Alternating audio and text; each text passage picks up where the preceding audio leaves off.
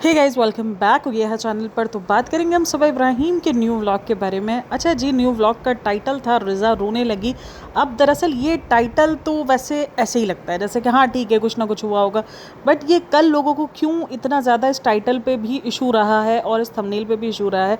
दरअसल कल I think कल हाँ 2 मई को आया है महाराष्ट्र बोर्ड का रिज़ल्ट। ठीक है, तो वो 12th का रिज़ल्ट आया है। अब सबको पता है कि जो रिज़ा है उसने 12th के पेपर्स दिए हैं इस बार इनके मुताबिक। हमारे मुताबिक तो हमें नहीं लग रहे पेपर देते हुए हालात, लेकिन इनके मुताबिक इन लोगों ने 12th के पेपर्स दिए हैं रिज़ा ने। अब एग्ज़ाम आया है, तो ये जो क्लिक बैटिंग की गई है ये इसीलिए की गई है ताकि ये वाला माइंडसेट हो कि शायद रिज़ल्ट, क्योंकि सबको पता है, जो इंडिया के लोगों सबको पता है कि कल महाराष्ट्र बोर्ड का रिज़ल्ट आया है। थोड़े से मिक्सअप हो जाते हैं वर्ड्स। तो उसका रिज़ल्ट आया है बोर्ड का, तो हो सकता है कि रिज़ा जो है वो फेल हो गई है या क्या सीन है क्या नहीं है, तो इसलिए वो रो रही है। तो इस वजह से ये क्लिक बैटिंग की गई है। अब देखो, जो इनको रेगुलर बेसिस पे देखते हैं और जो इनको जानते हैं, हम सबको पता है कि अगर वो फेल हो जाएगी तो उसको रोना बिल्कुल भी नहीं आएगा, क्योंकि जिस हिसाब के उसने पेपर दिए हैं, जिस हिसाब से उसकी जो रही है मतलब पेपर के टाइम पर सीरियसनेस, उस हिसाब से तो फिर मुझे तो नहीं लगता कि वो रोने वाली बच्ची है रिजल्ट्स को लेकर। लेकिन फिर भी क्लिक बैटिंग इसी वजह से ही की गई है कि रिज़ा रोने लगी। लोगों को यही लगा है कि शायद वो रिज़ल्ट की वजह से ना रो रही हो, क्योंकि रिज़ल्ट आया है तो सबका दिमाग यही था। हालांकि वो जो पिक्चर थी, वो जहाँ बैठी हुई थी, वो सब दिख रहा था, डेंटिस्ट वेंटिस्ट सब समझ आ रहा था, लेकिन फिर भी ऑडियंस को एक तरफ ये चीज़ क्लिक की है। अच्छा, रिज़ा जो है वो 1 साल तक दर्द बर्दाश्त करती रही है, और दांत का जो पेन होता है वो बहुत गंदा पेन होता है, और इतनी एज में इतने पेन किलर्स खाना कहीं से भी ठीक चीज़ नहीं होती। मतलब इतने पेन किलर्स, आप अगर रोज़ के 2 पेन किलर समझ लो, अगर आपको कोई दांत में इशू है तो आपको रोज़ के 2 पेन किलर कहीं नहीं गए, आपको पेन किलर खाना पड़ते हैं। रोज़ के 2 पेन किलर तो आपको चाहिए ही चाहिए होते हैं, चाहे वो आप हफ्ता यूज़ करो या जो है वो 3-4 दिन यूज़ करो, लेकिन आपको करना होता है। और ये आपको महीने में कभी 15 दिन पर आपको ये दर्द वापसी आता रहता है, क्योंकि आपने कोई ट्रीटमेंट करवाया नहीं होता।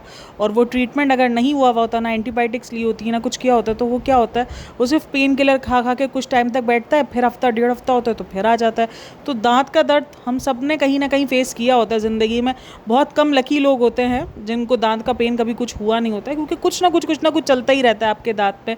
आप जितना भी हाइजीन कर लो, कुछ कर लो, वो जो अक्कल डाढ़ जिसको हम कहते हैं, वो बहुत परेशान कर देती है, वो कभी कुछ इशू कर देती है। तो बहुत सारे इशूज़ आपके कहीं ना कहीं कुछ ना कुछ हर किसी इंसान ने दांत के पेन को बर्दाश्त किया। और दांत का पेन ऐसा होता है कि अगर आपको तो ये जो कॉर्नर की डाढ़ है उसमें अगर पेन है, तो वो तो फिर आपके दिमाग तक पेन जा रहा होता है। आपका कान, दिमाग, आपका खाने का नहीं है, आपके जो नीचे का गले का हिस्सा, साइड का, मतलब सब एक साथ पूरा मुंह समझो वो ख़त्म हो जाता है, वो चलने के काबिल नहीं बचता। कान में आपके अलग पेन हो रहा होता है, सर में जो अलग से वो जो नस में जो पेन होता है, तो वो बहुत भयंकर किस्म का पेन होता है। और ये बच्ची 1 साल से बर्दाश्त कर रही थी। मतलब मैं, पता है, मुझे सबा से ज़्यादा जो हैरत हो रही है ना, वो मुझे इसकी माँ पर हो रही है कि यार एक माँ कैसे ये सारी चीज़ें देख पाती है। मतलब एक बच्चे के लिए अभी जो एक पिक्चर जो वायरल हो रही है जबलपुर का जो हादसा हुआ है, जिसके अंदर एक माँ ने मतलब किस किस्म का वो सेक्रीफाइस करी है उसने, कि क्योंकि उसके बच्चे की वजह से उसको सेक्रीफाइस करना पड़ा ना। क्योंकि एक वो था, एक जैकेट था, वो अपने बच्चे को छोड़ नहीं पाई, उसने अपनी जान देना बच्चे के साथ मंजूर समझा, क्योंकि उसके पास लाइफ जैकेट दूसरा नहीं था। मतलब वो पिक्चर देखकर रोंगटे खड़े हो रहे थे भाई। और माँ ऐसी ही होती हैं, तभी तो कभी कोई माँ क्यों इतनी हैरत दिखाई जाती है जब कोई माँ सेल्फिश दिखती है, या कोई माँ सिर्फ अपने बारे में सोच रही होती है, तो लोगों को इतनी हैरत क्यों होती है? क्योंकि माँ शब्द में ही लोगों को समझ में आता है कि बस अब उसकी दुनिया उसके बच्चे के इर्द गिर्द है। और ऐसी मिसालें हमें हर दूसरे तीसरे दिन मिलती हैं। मतलब हमें वो मिसालें कम मिलती हैं जहाँ पर माएँ खुदगर्ज बन जाती हैं, माएँ गलत कर जाती हैं अपनी औलादों के साथ, वरना ज़्यादातर मिसालें तो यही बढ़ी पड़ी हैं कि माँओं ने कितनी कितनी कुर्बानियाँ दी हैं। माँ शब्द में ही कितनी ममता है वो हम सबको पता है, और हमारी माँ ने भी कितना। तो मुझे सबा से ज़्यादा जो अब हैरत होती है ना, वो मुझे इसकी माँ को देखकर होती है। चलो ठीक है, एक होता है कि एक माँ है ही नहीं पास, ठीक है, माँ गांव में है, ये लोग अलग पल रहे हैं, माँ को अंदाज़ा नहीं है कि कैसे बच्चे गुजर रहे हैं। तो ये मौजूदगी में बच्चे की, चाहे बच्चे सुन रहे हो या ना सुन रहे हो, मैं बोलती हूँ आपकी नहीं सुन रहे हो, लेकिन वो जिसकी सुन रहे हो आप उनसे तो सुनवाओगी ना कि यार इसको समझाओ। एक माँ परेशान हो जाती है, और अगर यही बच्चे रोते हुए माँ को देखेंगे तो वो क्यों नहीं सुनेंगे यार, वो सुनते हैं बच्चे। अगर बच्चे माँ को रोता हुआ देखते हैं या माँ की कुछ रिक्वेस्ट देखते हैं तो वो सुनते हैं। इतने बेहिस तो मुझे ये दोनों नहीं लगते, रिज़ा और रेहान, कि वो इतने बेहिस हों कि अगर उनकी माँ उनके आगे किसी चीज़ को लेकर रो। मतलब एक माँ कैसे इतनी कंफर्टेबल है कि उसकी बच्ची इतनी परेशान है, इतनी तकलीफ़ में, मतलब बच्चियों की सारी देख रेख, चाहे बेटा हो चाहे बेटी हो, लेकिन बेटियों पर तो माँओं की ना एक्स्ट्रा नज़र होती है, क्योंकि पता है ना कि बेटियों ने बहुत सारी चीज़ों के फेस से गुजरना होता है, तो वो उस पर एक्स्ट्रा नज़र होती है कि नहीं यार हमें देखना है हमारी बच्चियों को क्या है क्या नहीं है। तो उनको हर एक चीज़ को लेकर संभालना, समझाना, सब कुछ लेके चलना भाई मतलब एक माँ का काम होता है। और ये माँ किस तरीके से इतनी आराम से, लोग सभा को कॉल आउट कर रहे हैं इस चीज़ के लिए कि सभा 1 साल तक इसको बर्दाश्त करे बर्दाश्त, लेकिन यहाँ पर जो असल कॉल आउट होने वाली बंदी है वो खुद उसकी माँ है। पता है हमारे ना घर में एक मिसाल है, घर में मतलब कि हमारे ख़ानदान में मिसाल है, मतलब एक बिन बाप के बच्चे पल रहे हैं और एक बिन माँ के बच्चे पल रहे हैं। जो बिन बाप के बच्चे पल रहे हैं ना, वो मतलब उसकी माँ ने सब कुछ किया है, सब कुछ किया है उनके बच्चों को, हर एक चीज़ की है, इतना ख्याल, इतनी केयर। और एक जो बिन माँ के बच्चे पल रहे हैं ना, जो इनके ऊपर माँ नहीं है, उन बच्चों की हालतें इतनी बुरी है क्योंकि उन पर कोई ध्यान देने वाला नहीं है। बाप जाता है सुबह में काम पर, दिन में जो है वो कभी खाला के घर, कभी दादी के पास, कभी इधर, कभी उधर, कभी फूफो के पास, तो बच्चे रुल रहे होते। एक माँ जो ना वो संजो के रखती है अपने बच्चों को, वो अगर जॉब भी कर रही होती है ना तब भी वो संजो के रख रही होती है। मतलब एक माँ के अंदर एक अलग ही किस्म की शक्ति होती है यार। अच्छा ये क्या लोग हैं, मतलब उसके दांत पर इतना पेन हो रहा है और फिर वो जब उन्होंने टेस्ट वगैरह करवा लिया तो आधे घंटे की उसको मोहलत मिली, तो बोलती है उसको आधे घंटे की मोहलत अल्लाह की तरफ से मिली है, जो खाना है खा ले। मतलब खाने के पीछे इतना क्यों बवाल है। और बोलती है कि फिर तुम्हें जो है वो इतने टाइम तक खाना, मतलब कि तुम्हें लिक्विड पे ही रहना पड़ेगा। 1 से 2 दिन तक लिक्विड का होता है, 1 दिन भी इनफ होता है, वो भी लिक्विड में नरम ग़िज़ा वो सब अलाउ होता है। ऐसा नहीं कि कोई खाना पीना रोक दिया जाता है। मतलब इतनी बुरी हालतें हो रही हैं और उसके बाद भी इनको पढ़िए कि बस हमें खाने का मौका मिल गया है, बस खा लेते हैं, हम जो खाना है वो खा लेते हैं, 1 दिन में आधा घंटा जो टाइम मिला है वो खा लो। मतलब क्या हरकतें हैं ये इनकी। अच्छा अगर आप कमेंट सेक्शन देखोगे तो वहाँ पे जो दूसरा कमेंट जो बहुत ज़्यादा है वो ये है कि रिज़ा को इतना क्या डर लगता है हर चीज़ पर। वो हर चीज़ पर बोलती है कि मैं अकेले नहीं जाऊँगी, मैं अकेले नहीं करूँगी। मतलब इतना डरता कौन है। उसके रोने पर भी बहुत सारे क्वेश्चंस है कि इतना कौन डरता है, इतना कौन ये करता है। जिस तरीके की रिज़ा बनती है, अब देखो रिज़ा ने अपने आप को जिस तरीके से पेश किया है उसमें अगर आप देखो तो वो सभा से ज़्यादा समझदार लोगों को नज़र आती है, सभा से ज़्यादा वो मैच्योर नज़र आती है। तो फिर क्या होता है कि जब ये इस तरीके की कोई ऐसी हरकत कर रही होती है ना तो लोग और ज़्यादा कॉल आउट करते हैं उसको। भाई ये फैमिली बहुत ज़्यादा अजीब है। मैं मानती हूँ बहुत सारे लोग हैं, डर लगता है, लेकिन जाहिर सी बात है लोग आपको आपके एज के वाइज बहुत ज़्यादा जज कर रहे होते हैं। अब जो सब रिज़ा की एज है वो कोई छोटी एज नहीं है, यानी अगर ये चीज़ 10-12 साल की बच्ची कर रही हो तो लोगों को लगता है कि हाँ यार ठीक है। या तो फिर ये होता है कि आप जो है वो खामोशी से, अगर कोई पेन भी हो रहा होता है तो आप पेन को जो है वो बर्दाश्त कर रहे होते हो और रो रहे होते हो। लेकिन हर इंसान डिफरेंट होता है और मुझे भी यही लगता है कि हर इंसान डिफरेंट है। और वो रिज़ा डिफरेंट निकली इस टाइम पर कि वो बहुत ज़्यादा डर रही थी। तो बहुत सारे लोगों को डर लगता भी है, मैं ये नहीं बोलूँगी कि नहीं लगता। बहुत सारे लोग इस चीज़ से डरते भी हैं और बहुत सारे लोगों को लगता है कि नहीं यार ठीक है देख लेते हैं जो भी होगा। वो खामोशी से सब कुछ बर्दाश्त कर रहे होते हैं। But at the end Riza भी है तो इसी फैमिली का हिस्सा है यार। क्योंकि गलती पता है ऑडियंस की नहीं है। इसने अपने आप को जिस तरीके से दिखाया है ना, अपने आप को एक समझदार, सभा से ज़्यादा समझदार, सभा को समझाती रहती है कि शालू अपी नहीं इसमें क्या होता है, इसमें क्या नहीं होता। और जब वो खुद ऐसी हरकतें करती है तो जाहिर सी बात है लोगों को लगता है कि यार ये किस किस्म का बचपना है। बट बहुत सारे लोग डेंटिस्ट से डरते हैं, उनको डर लग रहा होता है कि भाई पता नहीं वो कैसे क्या इंजेक्शन लगेगा, क्या होगा क्या नहीं होगा। तो हर इंसान का डर किसी न किसी चीज़ के साथ होता ही है। अच्छा व्लॉग जब स्टार्ट होता है ना तो तब इस व्लॉग के स्टार्ट में इसने बोल दिया होता है कि आज का पूरा व्लॉग जो है वो रिज़ा के ऊपर ही डेडिकेटेड है। और एक चीज़ जो मुझे बड़ी अजीब लगती है यार, ये मतलब कोई भी काम सभा जो है वो खुद क्यों नहीं कर सकती। वो जो हाथ में क्या बोलते हैं उसको, जो पहन रही थी हाथ में जो स्लीव्स को, जो क्या बोलते हैं यार मैं नाम भूल गई हूँ उसका, तो वो भी उसको रेहान पहना रहा है। मतलब इस तरीके से इतना प्रिंसेस ट्रीटमेंट कौन करवाता है और इतना ज़्यादा मतलब कि अपने काम कैसे कोई दूसरों से करवा सकता है। मतलब जो चीज़ आपको खुद को पहन लेनी चाहिए, मतलब जो चीज़ आप खुद पहन सकते हो या आप जो है वो खुद काम कर सकते हो, मतलब वो भी आप अपने बहन भाइयों के साथ करा रहे हो। और वो भी खैर बहन भाई नहीं, खाला के बच्चे। और फिर जब आपका खर्चा करने की बारी आती है, कुछ होता है, तो आप फिर उसको जताते हो कि भाई ये खाला के बच्चे है। अभी जैसे उसको ना अपने दांत सीधे करवाने हैं तो वो दांत सीधे, अच्छा अपने दांत जब ख़राब थे तब इसने किसी से नहीं पूछा, कुछ नहीं पूछा। मैं कोई उसको उस चीज़ पर बॉडी शेम नहीं कर रही हूँ, लेकिन मैं आपको एक बात बता रही हूँ, अगर हम सब ने देखा हो सभा को तो हम सबको पता है कि उसके दांत, उसकी बॉडी के अंदर बहुत सारी चेंजेस हुई हैं। और अच्छी बात है, हर इंसान को अपने ऊपर चेंज करना चाहिए। तब तो इसने किसी से नहीं पूछा, किसी ऑडियंस से नहीं पूछा, कुछ नहीं किया। जब अपनी बारी थी तो खामोशी से सारे खर्चे करवा लिए, सब कुछ करवा लिया। तो तब कुछ नहीं था, तब जो है वो ज़ाया हो रहे हैं या नहीं हो रहे। लेकिन आज जब वही चीज़ रेहान को आ रही है या रेहान उस चीज़ की डिमांड कर रहा है तो आंखें बाहर आ रही हैं, क्योंकि खर्चा महंगा है। ये पूरे पूरे व्लॉग रिजा और रेहान पे निकाल सकती है। मतलब कौन ऑडियंस से पूछ के काम करवाएगा भाई?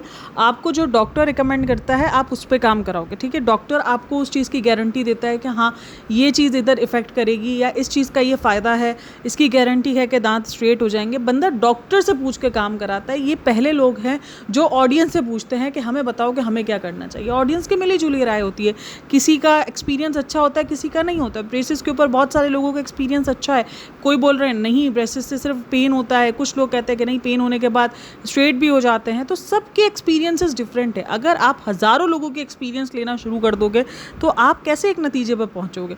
जब किसी और का काम करवाना, आप पूरे पूरे डेडिकेटेड इन पे व्लॉग बना लेते हो, लेकिन जब इनके ऊपर खर्चा करने की बारी आती है तो फिर आपकी जान जारी होती है। आप 50 बार उस चीज़ को सुना देते हो, आप ऑडियंस को हाईलाइट कर देते हो कि ऑडियंस से पूछेंगे, ऑडियंस बताओ, आप लोग बताओ, और कि ऐसा ना हो कि हम खर्चा कर दें और उसके बाद फिर असर ना हो।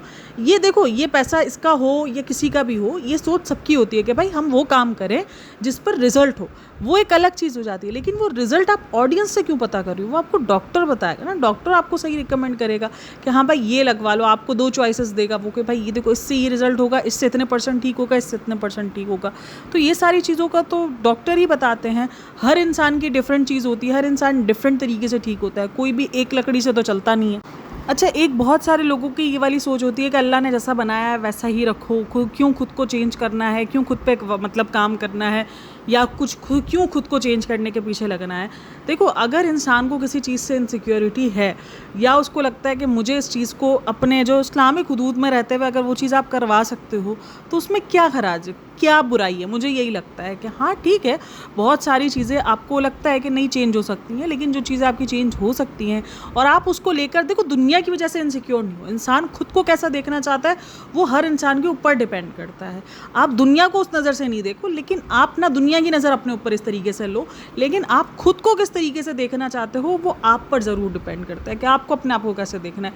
और अगर उसमें रहते हुए अगर आप अपने आप को चेंज करवा रहे हो तो कोई बुरी बात नहीं है। देखो, सबा ने भी अपने आप को ट्रांसफॉर्म किया और मैंने हमेशा उस चीज़ पर उसको अप्रिशिएट किया है कि ठीक है भाई, आप दुनिया के लिए नहीं हो, आपको दुनिया से कोई मतलब नहीं होना चाहिए। अगर आपके दिमाग में ये होगा कि मुझे दुनिया अच्छा बोले तो वो फिर आप अपने साथ ज्यादती कर रहे हो। लेकिन अगर आपको ये पता है कि आपको शीशे में अपने आप को कैसे देखना है, आप अपने आप को मिरर में कैसे देखना चाहते हो, तो अगर आप अपने लिए उसके लिए चेंज कर रहे हो, उसके लिए कुछ भी मेहनत कर रहे हो, उसके लिए कोई डॉक्टर के पास जा रहे हो, कोई भी दांत का इशू है उसको सॉल्व करवा रहे हो, कोई आँख का इशू है, कोई बालों के इशू हैं, या कुछ भी ऐसा जो आपको अपने अंदर चेंज लाना है, आप उसके लिए कर रहे हो और अपनी खुशी के लिए कर रहे हो, तो वो बुरी चीज़ नहीं है, वो चीज़ गलत नहीं होती है। इसको फिर इससे जोड़ दिया जाता है जैसा अल्लाह ने बनाया है वैसे खुश हो जाओ। फिर जब कुछ ऐसे इशूज़ होते हैं जिसके अंदर आपको डॉक्टर्स की नीड पड़ती है तो फिर क्यों जाते हो? फिर जैसा अल्लाह ने बनाया होता है फिर उसको वैसे ही एक्सेप्ट कर लो ना। जाते हो ना, चेंज करवाते हो ना। लेकिन वहीं अगर हम अपनी खूबसूरती को लेकर या अपनी सेटिस्फिकेशन को लेकर बात करते हो तो वहाँ ये बात आ जाती है जैसा अल्लाह ने बनाया वैसे एक्सेप्ट कर लो। भाई अल्लाह ने फिर जैसे बनाया तो फिर क्यों जा रहे हो डॉक्टरों के पास भी? अगर कोई ऐसे इशूज़ होते हैं जैसे कोई आँख का इशू हो गया, कोई दांत का इशू हो गया, या कोई ऐसे इशूज़ हो गए जिसके लिए आपको डॉक्टर के पास जाना मतलब ज़रूरी होता है, मतलब तो फिर मेरा उनसे यही सवाल होता है जो ये लिख रहे होते हैं ना कि जैसा अल्लाह ने बनाया वैसे एक्सेप्ट कर लो खुद को, वैसे एक्सेप्ट कर लेते हैं। लेकिन हर इंसान को अपने अंदर कुछ ना कुछ चेंजेस देखनी होती है और वो अगर हुदूद में रह के अपने आप के अंदर चेंजेस कर रहा है तो क्या बुरी बात है। किसी को अपनी स्किन प्यारी होती है, अब मुझे मेरी स्किन को लेकर क्रेज़ रहा है, मैंने कितनी बार आप लोगों को बताया कि मैं अपनी स्किन को लेकर मतलब मुझे अगर थोड़ा सा भी टैनिंग वगैरह हो जाती है तो मुझे वो चीज़ बड़ी इरिटेट कर रही होती है। इसलिए नहीं कि मुझे दुनिया को दिखाना है, इसलिए कि मुझे अपने आप को ऐसे देखना पसंद है। लेकिन मैं दुनिया को फिर इस नज़र से नहीं देखती कि अगर कोई टैनिंग वाला बंदा है या कुछ ऐसा तो मेरे लिए वो फिर वो कुछ अजीब सा है। नहीं भाई, सबके अपने अपनी चॉइस है। जिसको जैसा चाहे वो दिखने को मांग सकता है, वो अपने आप को कह सकता है कि मुझे ऐसा दिखना है, अपने आप को मुझे ऐसा देखना है अपने आप को, तो इट्स ओके। अच्छा जी, एक और चीज़ जो आजकल मैं नोटिस कर रही हूँ वो शुएब इब्राहिम से रिलेटेड है। अच्छा, शुएब इब्राहिम बिल्कुल ही गायब है और लोगों को ज़्यादातर यही फील हो रहा है, अगर आप उसका कमेंट सेक्शन भी उठाओगे या जो भी देखोगे कि बताओ भाई, कुछ भाई मतलब भाभी की तबीयत ख़राब है या क्या है, लोगों को यही लग रहा है कि शायद दीपिका की कुछ तबीयत ऊपर नीचे चल रही है, जबकि मुझे ऐसा लग रहा है कि शायद वो कुछ शूटिंग वगैरह कर रहा है या वो कुछ कर रहा है, मतलब उसका कुछ चल रहा है, प्रोजेक्ट का कुछ आने वाला कुछ सीन चल रहा है, क्योंकि जिस तरीके से उसकी स्टोरीज़ वगैरह आ रही है और वो रोज़ तकरीबन बाहर जा रहा है और वो भी अकेले उसकी पिक्चर वगैरह आ रही है, तो उस हिसाब से मुझे लग रहा है कि किसी प्रोजेक्ट में वो काम वगैरह कर रहा है और वो अपने प्रोजेक्ट आने वाला होगा या कुछ ऐसा होगा, या तो वो मीटिंग्स वगैरह कर रहा है, लेकिन कुछ तो वो कर रहा है, मीटिंग्स वगैरह क्या हो गया, मीटिंग्स वगैरह कर रहा है। लेकिन हाँ, और एक चीज़ जो मैंने बहुत ज़्यादा नोटिस की है, भाई पहले सलमान खान बन गए, भाई पहले SRK बन गए, और उसके बाद रणवीर सिंह भी बन गए थे अभी कपड़ों को लेकर। अभी भाई रिसेंट दिनों शाहिद कपूर के पीछे पड़े। आप उसके लुक देखो, अगर आप उसका फेस देखो तो वो फेस भी जिस तरीके का, भले वो फिल्टर वगैरह जो भी लगा रहा है, लेकिन अगर आप देखो तो वो शाहिद कपूर वाली वाइब्स बहुत ज़्यादा आनी शुरू हो गई है। जिस तरीके की वो बियर्ड स्टाइल रख रहा है, बालों का स्टाइल रख रहा है, ग्लासेस पहनकर, मतलब 1 मिनट के लिए अगर आप बेध्यानी में देखते हो तो वो झलक ज़रूर मार रहा है शाहिद कपूर को लेकर। और मुझे शुएब इब्राहिम को लेकर हमेशा यही हुआ है कि इस बंदे ने किसी को कॉपी करने का ट्राई किया है शुरू से। कभी सलमान खान, कभी SRK। बुरी बात नहीं है अगर आप किसी के फ़ैन हो, अगर आप किसी के स्टाइल कॉपी कर रहे हो, कोई बुरी बात नहीं है। और ना मैंने कभी इस चीज़ के लिए उसको कॉल आउट किया है कि ये क्यों ऐसा बन रहा है, ये क्यों ऐसा कर रहा है। नहीं, वो उसकी अपनी चॉइस है। इंसान किसी के जैसा अगर बनना चाहता है वो उसकी अपनी चॉइस है, वो बन सकता है, कोई ऐसी बात नहीं है। लेकिन मुझे ऐसा लगता है एज अ एक्टर अगर आप किसी की परछाई बनने की ट्राई करते हो तो फिर आपकी परछाई वाली इमेज ही रह जाती है। अगर कोई फेस कुदरती तौर पे भी सिमिलर है, लोगों को वो भी एक्सेप्ट करने में टाइम लग जाता है, कुदरती तौर पे जो सिमिलर है, आप तो फिर वैसा बन रहे हो। तो अगर आपको अपना इमेज चाहिए, अपना मतलब एक नाम रखना है, अपना फेस रखना है, तो फिर आपको अपनी अलग पहचान रखनी पड़ेगी ताकि लोग आपको कॉपी करें ना। अब जैसे SRK को लोग कॉपी कर रहे हैं, सलमान खान को लोग कॉपी कर रहे हैं, शाहिद कपूर को लोग कॉपी कर रहे हैं, और अगर आप उन्हीं की कॉपी बन के घूम रहे हो तो लोग फिर ये नहीं बोल सकते कि हमने शुएब इब्राहिम को कॉपी किया। तो मुझे ऐसा लगता है अगर आप इस इंडस्ट्री में काम करना चाहते हो तो फिर आपके लुक्स डिफरेंट होने चाहिए, आपकी पर्सनालिटी डिफरेंट होनी चाहिए, आपका ड्रेसिंग स्टाइल थोड़ा सा डिफरेंट होना चाहिए, ताकि एक आपकी खुद की वो पहचान बने। और अगर मैंने देखा है तो उसको मैंने जितने टाइम से देखना स्टार्ट किया है तो मैं ये देख रही हूँ वो सिर्फ किसी ना किसी की कॉपी कर रहा है, तो वो उसकी एक इमेज बन ही नहीं पा रही है, वो एक इमेज को देख ही नहीं पा रहा है। चाहे जितने भी मेल एक्टर्स हो, सबने देखो अपने आप को कॉपी या परछाई नहीं बनाया है किसी की। कोई भी इसको देखकर ये नहीं बोल सकता कि यार ये SRK जैसा लग रहा है, ये सलमान खान जैसा लग रहा है। लेकिन शुएब इब्राहिम को लेकर हमारे हमेशा ये चीज़ रही है कि यार ये SRK जैसा लग रहा है, ये SRK की कॉपी कर रहा है, और ये खुद भी एक्सेप्ट करता है कि मैं कॉपी कर रहा हूँ। और अभी ये रिसेंट शाहिद कपूर की कॉपी कर रहा है। आप अगर शाहिद कपूर का स्टाइल देखो और इसके स्टाइल देखो तो वो कॉपी कर रहा है, बेहद आपको कॉपी नज़र आएगी। तो उस चीज़ को मुझे देख के लगता है कि आप अगर खुद एक्टर बनना चाह रहे हो तो फिर आप किसी एक्टर की कॉपी करके नहीं चल सकते, क्योंकि फिर आपको लोग एक्सेप्ट इतनी आसानी से नहीं करेंगे। तो आप लोग क्या कहना है इन सब पे? तो मुझे तो नहीं लगता कि कोई दीपिका की तबीयत को लेकर कोई वो उसकी व्लॉगिंग नहीं आ रही है। उसकी व्लॉगिंग ना आने का रीज़न उसका शायद कोई काम वगैरह ही है। उसमें उसने बताया भी था कि उसको सॉन्ग भी शूट करने हैं। लास्ट जो उसका व्लॉग था जब उसने बताया था कि कुछ 1 या 2 सॉन्ग भी इसको शूट करने हैं, तो वो उसी पर ही है। बाकी तबीयत को लेकर तो मुझे नहीं लग रहा कि कोई ऐसा इशू है, क्योंकि वो तो चल ही रहा है, कुछ ना कुछ हो ही रहा है। लेकिन हाँ, और एक तरफ जो चीज़ मैं देख रही हूँ वो लोगों का ये देख रही हूँ कि भाई अभी हैदर की बर्थडे आने वाली है, तो इससे पहले ये लोग ऐसी हरकतें करेंगे। ये चीज़ मुझे थोड़ी सी अजीब लगती है, क्योंकि जब भी हैदर की कोई ऐसी चीज़ हुई है तो बहुत ज़्यादा इनके घर के अंदर उदासी वाला माहौल रहा है, और उस चीज़ पर सबा को बहुत ज़्यादा कॉल आउट सहना पड़ता है। क्योंकि उधर दीपिका की कुछ ऊपर नीचे तबीयत होती है, उसके बाद वो अपनी सेलिब्रेशन छोड़ती ही नहीं है, तो उसके बाद ही होता है कि लोग उसको भर भर के कॉल आउट कर रहे होते हैं। तो आप लोग का क्या कहना है इन सब में, मुझे लाजमी बताना। बाकी वीडियो अच्छी लगी है तो like, share and subscribe my channel. अपना बहुत सारा ख्याल रखना। मिलते हैं नेक्स्ट वीडियो में, तब तक के लिए टेक केयर, बाय बाय, अल्लाह हाफ़िज़।